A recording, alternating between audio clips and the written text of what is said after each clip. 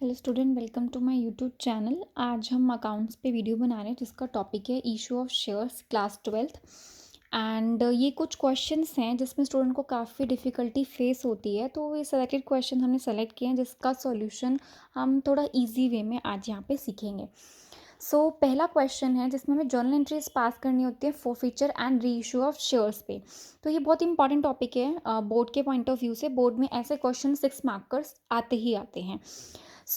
सबसे पहले हम इसमें इन क्वेश्चंस में सिर्फ क्या एंट्रीज पास करनी होती है, forfeiture and ratio of shares की। तो पहला क्वेश्चन पढ़ते हैं। पहला पॉइंट है, एक्स लिमिटेड ने फॉरफिट करे हैं 500 शेयर्स 10 रुपीज ईच, जिसमें से 8 rupees called up, on which Vimal has paid application and allotment money. Vimal ने सिर्फ एप्लीकेशन और अलॉटमेंट मनी दी है कितने रुपीज़ के हिसाब से, 6 रुपीज़ पर शेयर, जिसमें से उसके बाद 500 शेयर्स में से 400 शेयर्स उसने री इशू कर दिए हैं कमल को, जो कि फुल्ली पेड अप है 9 रुपीज़ पर शेयर के हिसाब से। हम सबसे पहले फॉरफीचर की एंट्री देखेंगे जिसमें फॉरफिट हो रहे हैं हमारे कितने शेयर, 500 शेयर। दूसरी बात 10 ईच, यानी कि इसमें हम सबसे पहले देखते हैं कि हम पैसा कितना मंगाया गया है। तो 500 शेयर्स में से कंपनी 10 रुपीज़ जो मंगाती उसमें से 8 रुपये अभी तक कॉल कर लिए गए हैं, तो 8 रुपीज़ का क्या है मेरा कॉल्ड अप। तो चलो देखते हैं इसकी एंट्री क्या हो। एंट्री होगी हमारी share capital account debit to calls in arrear to share forfeiture. तो इसमें जो अमाउंट जाएगा वो हमारा जाएगा 500 रुपीज़ 8 के हिसाब से। यहाँ पे वो पैसा आता है जो हम कंपनी कॉल्ड अप करती है, ठीक है। फेस वैल्यू में से जितना पैसा कंपनी मंगा लेती है, 10 रुपये में से कंपनी ने 8 रुपीज़ कॉल कर लिए हैं, ठीक है। और कितने पैसे के हिसाब से करे हैं, 500 इंटू 6 रुपये मेरे पास आ चुकी हैं। तो जो पैसा आ चुका होता है, रिसीव्ड हो चुका होता है, उसकी हम एंट्री पास करते हैं टू शेयर फॉरफीचर में।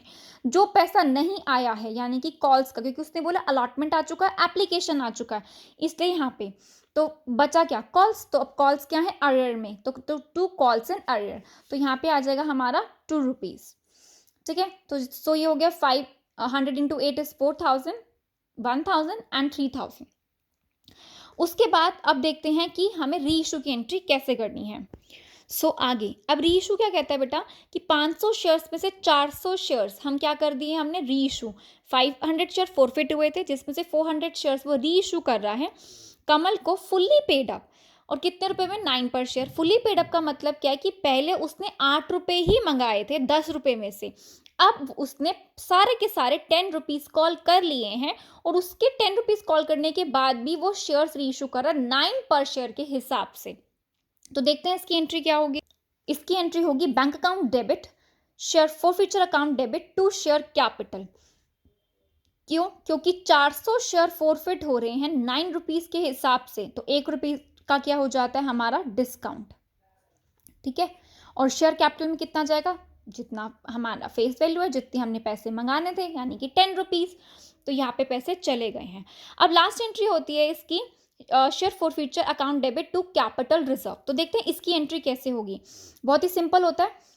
3000 प्रॉफिट है हमें 500 शेयर्स पे जो हमने फॉरफिट किए थे, तो इसको हम ऐसे लिखेंगे, 3000 प्रॉफिट है कितने नंबर ऑफ शेयर्स पे, 500 नंबर ऑफ शेयर्स पे, मल्टीप्लाई जितने शेयर हमने फॉरफिट करें, हमने करे हैं 400 शेयर्स फॉरफिट।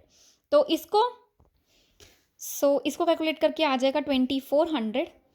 अब इस 2400 में से हम हमेशा वो वाला पैसा माइनस कर देते हैं जो शेयर फॉरफीचर में डेबिट होता है, क्योंकि ये डिस्काउंट होता है, ठीक है, क्योंकि कंपनी ने कम पे री इशू करा है। तो 400 रुपीज़ यहाँ से माइनस हो जाएंगे। तो माइनस हो जाने के बाद बचेगा 2000, जो हम लोग कैपिटल रिजर्व में ट्रांसफर कर देंगे, यानी कि 2000 आ जाएगा हमारा इस जर्नल एंट्री में, share forfeiture account debit to capital reserve 2000। अच्छा, इसमें बच्चों का क्वेश्चन बड़ा राइज होता है कि अगर मैम यहाँ पे फॉरफीचर डिस्काउंट की जगह प्रीमियम पे इशू होता तो यहाँ पे 11 रुपये होता, और यहाँ पे 10 और 1 रुपये के हिसाब से अगर हम एंट्री पास करते तो क्या प्रीमियम इसमें ऐड करते। नहीं बेटा, वो ऐसा नहीं होता है। वो वाला पैसा जो होता है प्रीमियम का, वो सिक्योरिटी प्रीमियम रिजर्व में हम लोग ऐड करते हैं, यहाँ पर ऐड नहीं करेंगे।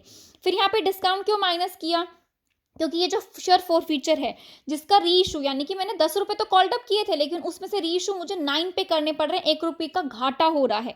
तो इसीलिए हम ये वाला लॉस जो कंपनी को बियर करना पड़ता है वो यहाँ से माइनस करके ही हम पैसा कैपिटल रिजर्व में ट्रांसफर करते हैं। इसलिए हम ये 400 रुपीज माइनस कर देते ताकि मुझे मेरे कैपिटल रिजर्व में एग्जैक्टली कितना पैसा आया है वो मैं ऐड कर सकूं। ठीक है, तो चलते हैं नेक्स्ट क्वेश्चन पे।